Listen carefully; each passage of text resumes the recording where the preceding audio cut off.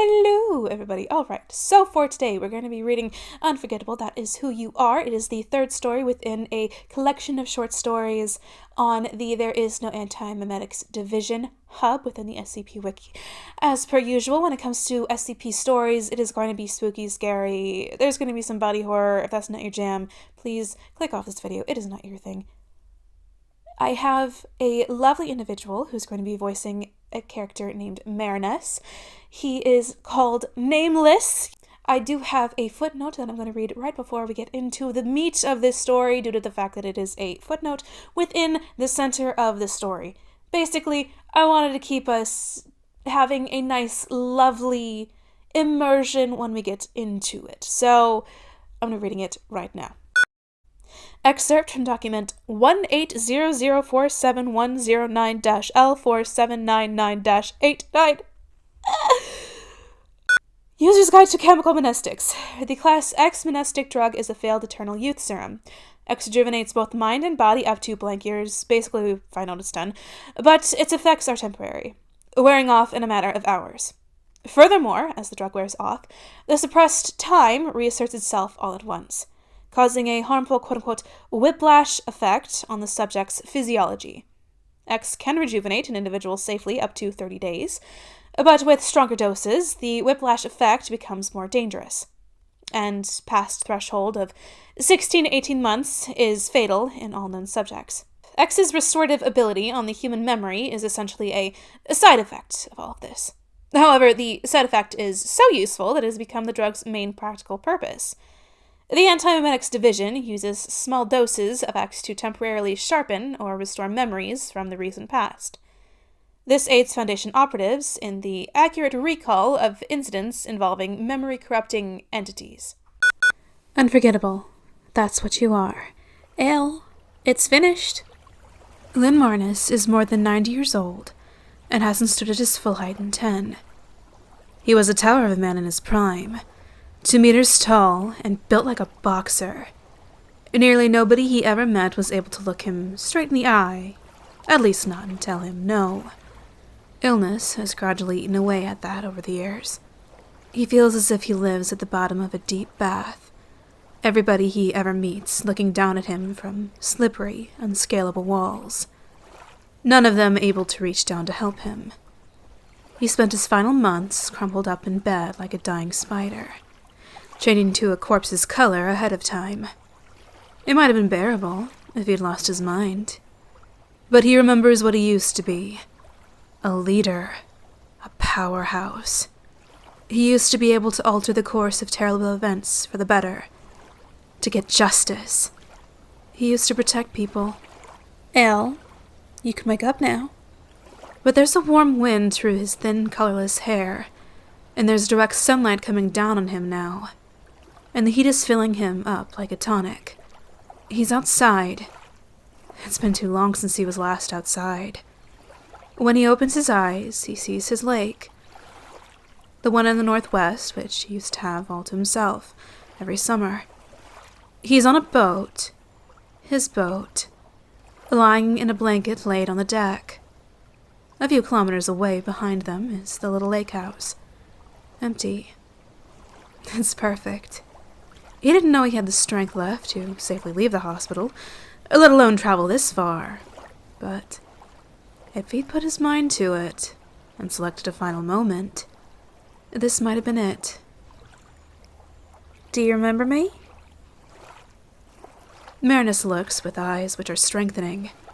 The woman speaking is seated on the deck beside him, attentive. She has a large plastic box full of medical supplies open in front of her, and a light suit jacket laid on the deck beside it, and she has her sleeves rolled up so she can work. As he watches, she carefully disposes of a needle.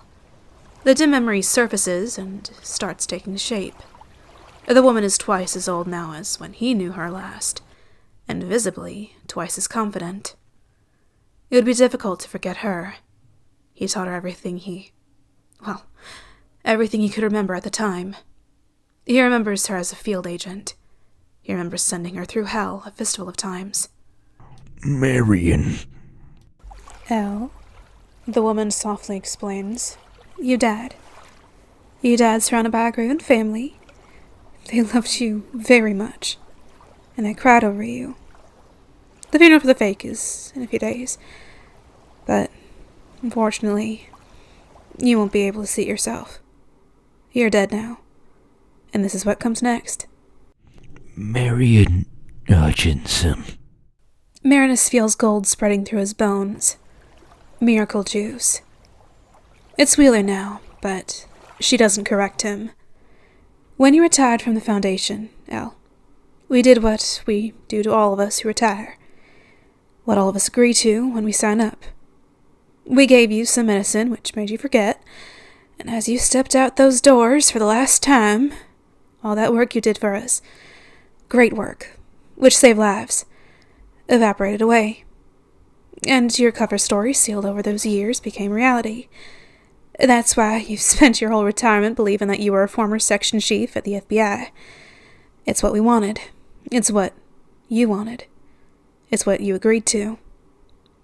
But you, alone, agreed to something else. And you must be starting to remember, now, what that something else was. I've injected you with this serum, which throws the human aging process into hard reverse. It affects everything. Organs, tissues, memories. You'll be coming up on it soon. Remember? Yes. Marinus croaks. Remembering. Dizzy. You signed over your final 12 hours to us. You asked for a full and happy and well-deserved retirement. But now, for the last day, you work for us again. Because of one particular job. I have it in writing here. You see? Do you recognize your signature? And mine? I witnessed. Yes. Do you remember who you are? Dr. Lynn Patrick Mons of the Foundation, and I'm a Medics Division founder. We need some memories from you, she explains.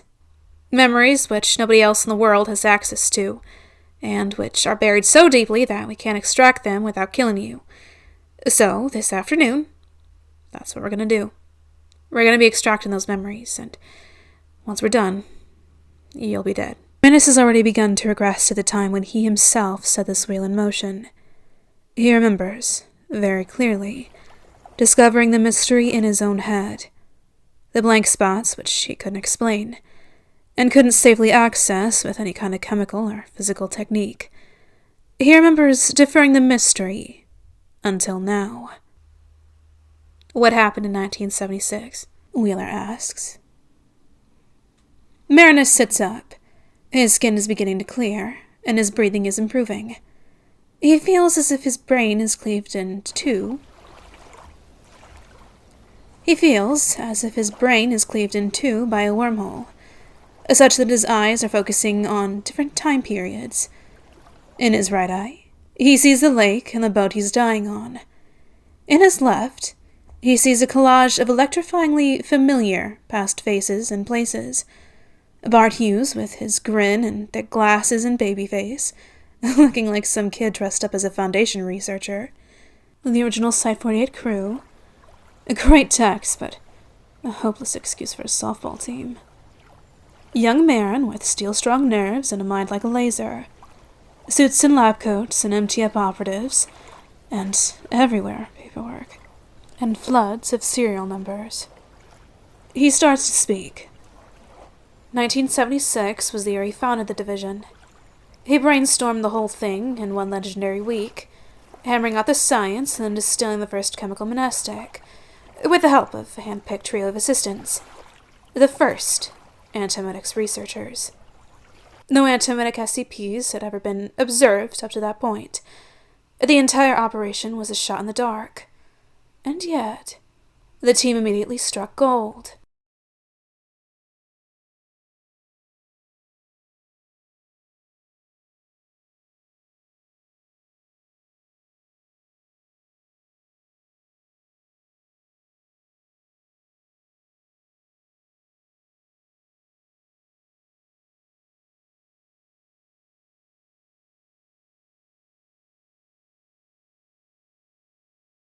In Wheeler's experience, nobody looks back on Foundation work fondly. But it was all too fast. Marinus says. Special containment procedures take time to develop, much more than I took. The Foundation as a whole acquires about a dozen new SCPs annually. I found that many in 1 year, especially single-handedly. It was too easy.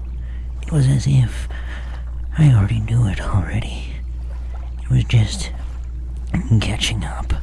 And then one day I realized I couldn't remember my life before anti-memetics.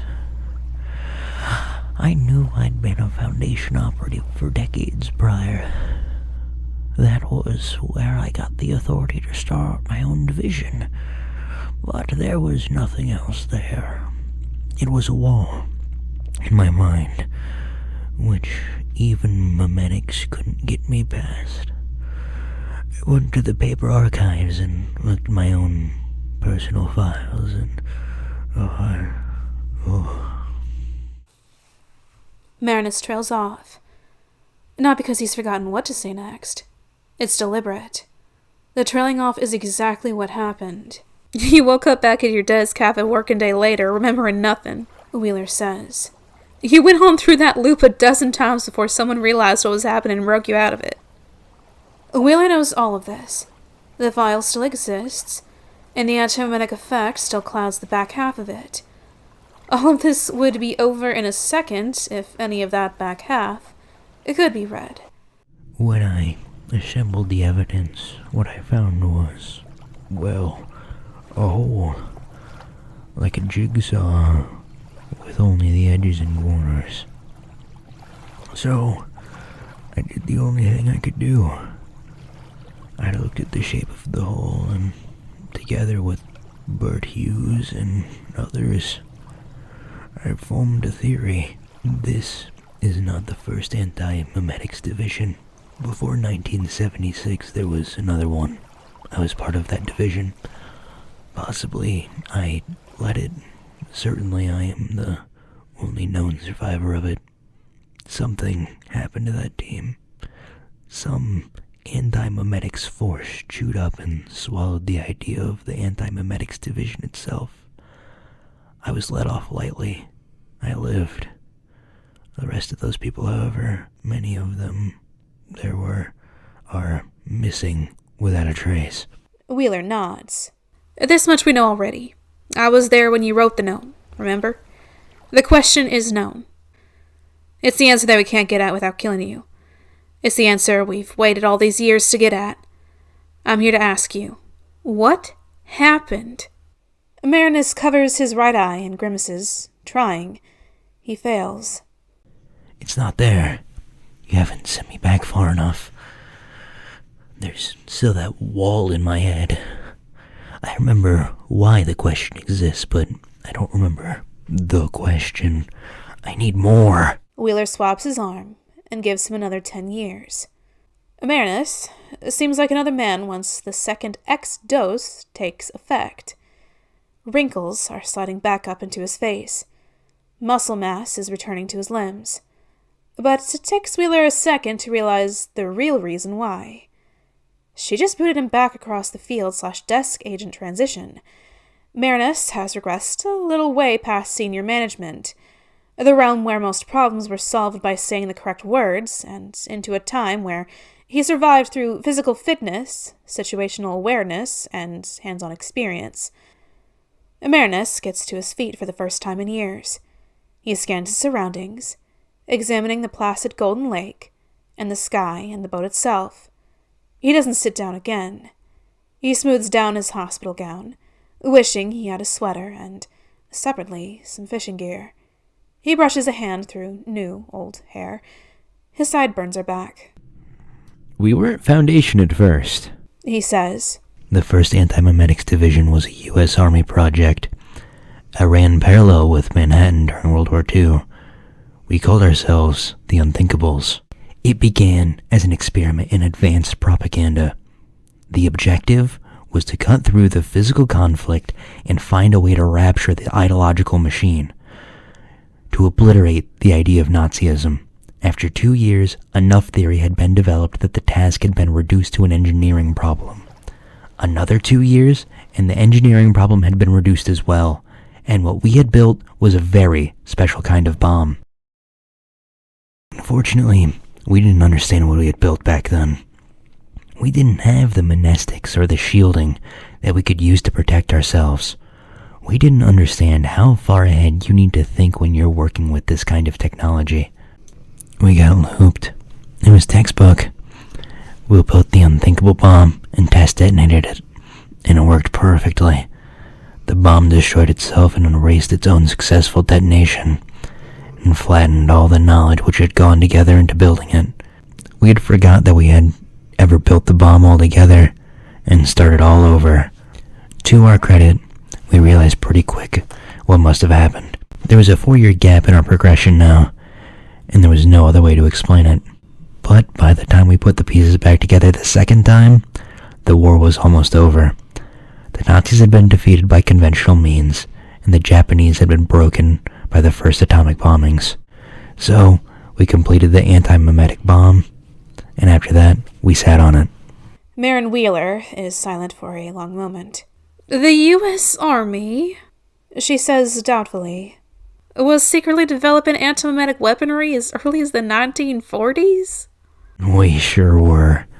Marinus says, with more than a hint of pride. Of course, there's no one in the whole world who could back this up. That's right. Marinus says, flashing a smile he hasn't flashed in decades. You only have my word for it. Cute, huh? Still, this is why you resurrected me, isn't it? For the sake of one more good war story? God, I've missed talking shop. I resurrected you because I want a very specific question answered. Wheeler goes on. Although I can see in a way you've already answered it. This bomb was the means, wasn't it? The old Antomix division. The Unthinkables. Bombed themselves somehow? Marinus says.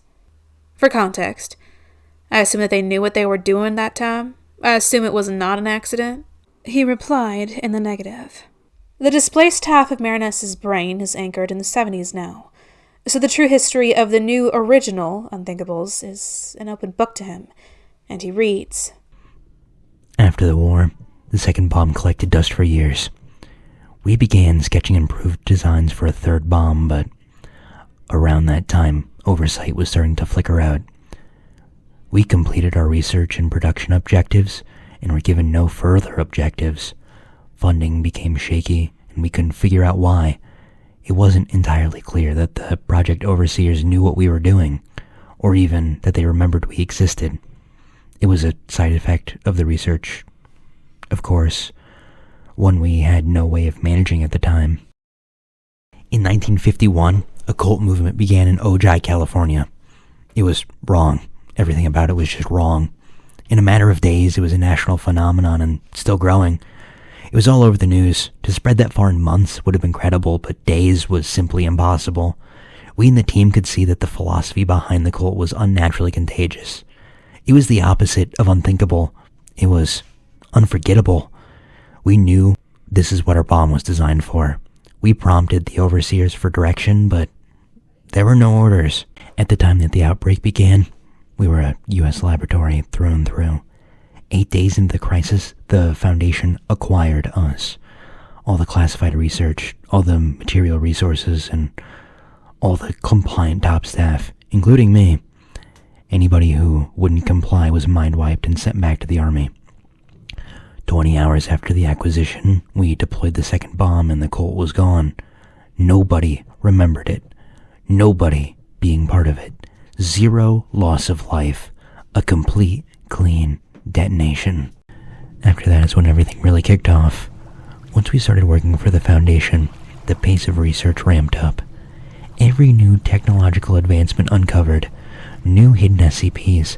I passed the Foundation field experiments and went out catching ghosts. My life had turned into the Twilight Zone. Marinus blinks hard. He covers one eye, then the other. I remember all these different people now. I feel like my memory's in stereo. Almost every anti-mimetic SCP we caught before the wipe in 76 was caught again. soon after the wipe. That means I remember 2 acquisition logs for each one.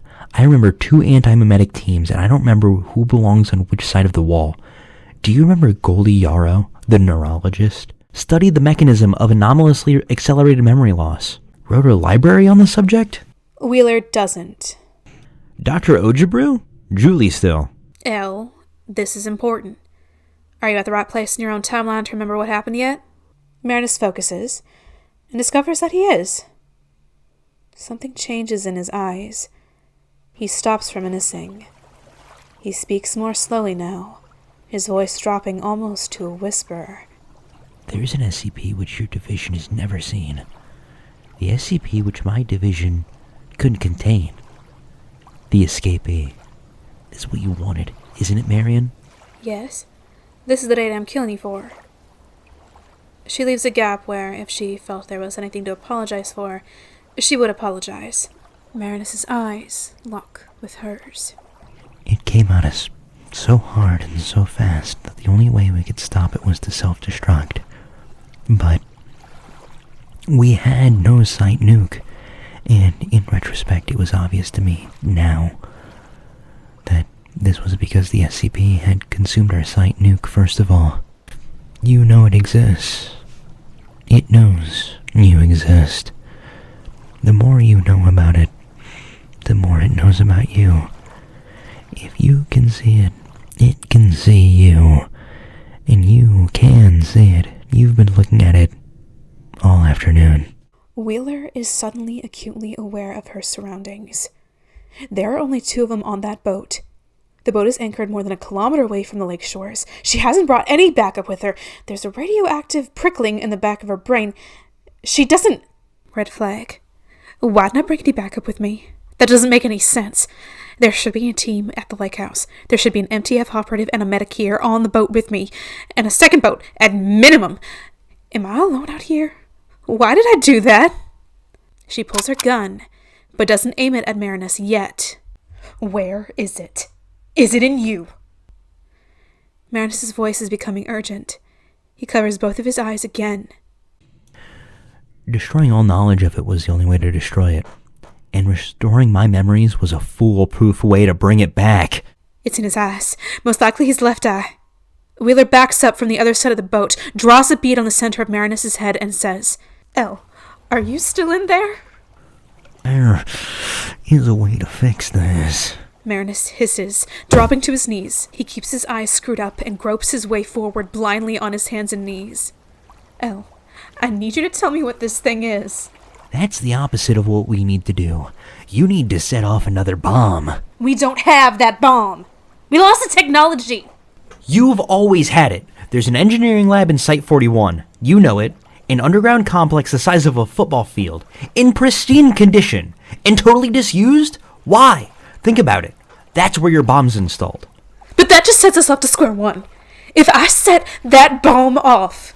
Wheeler says, knowing full well that she is thousands of kilometers from it and can't hope to reach it in any time anyway. How do we contain this thing?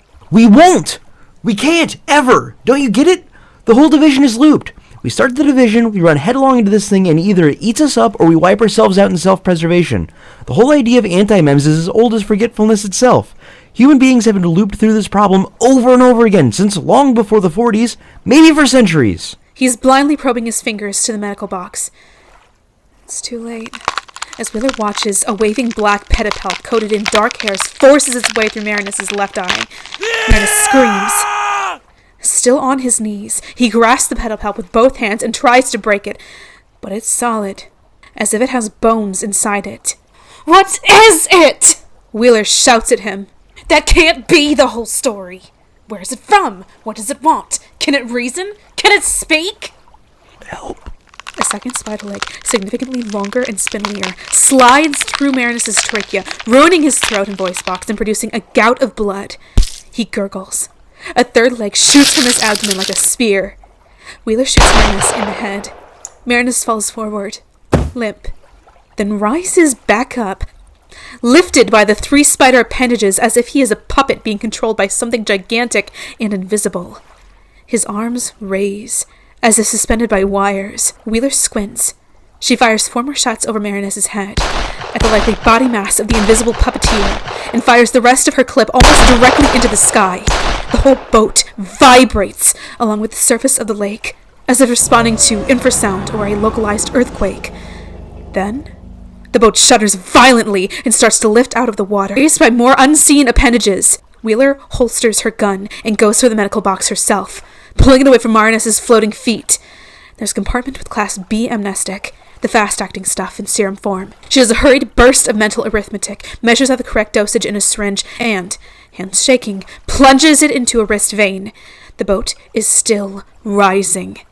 Whatever this monster is, it is colossally tall. Or maybe it flies? She is, of course, already dosed up on an eyeball of monastic drugs. Otherwise, she wouldn't have been able to perceive any of this. The Venetian medical literature warns in the strongest possible terms against putting both kinds of drug into the same brain. Best case scenario? This ends with her in the hospital. They're 30 meters up in the air now. 10 stories. There's a stabbing pain developing in her left eye. She kicks her shoes off and throws the gun away. She goes to the edge and contemplates the drop for a disbelieving second. She jumps. It takes 2 heart-stopping seconds of free fall for her to hit the water. The chilled hammer blow of the impact is enough to blank her mind out. By the time she surfaces, she doesn't remember where she fell or why. And likewise, the skyscraper-sized being which claimed Marinus and the boat has forgotten about her. What the hell? She gasps, treading water. What the hell? What the hell? Where the hell? There is nothing above her.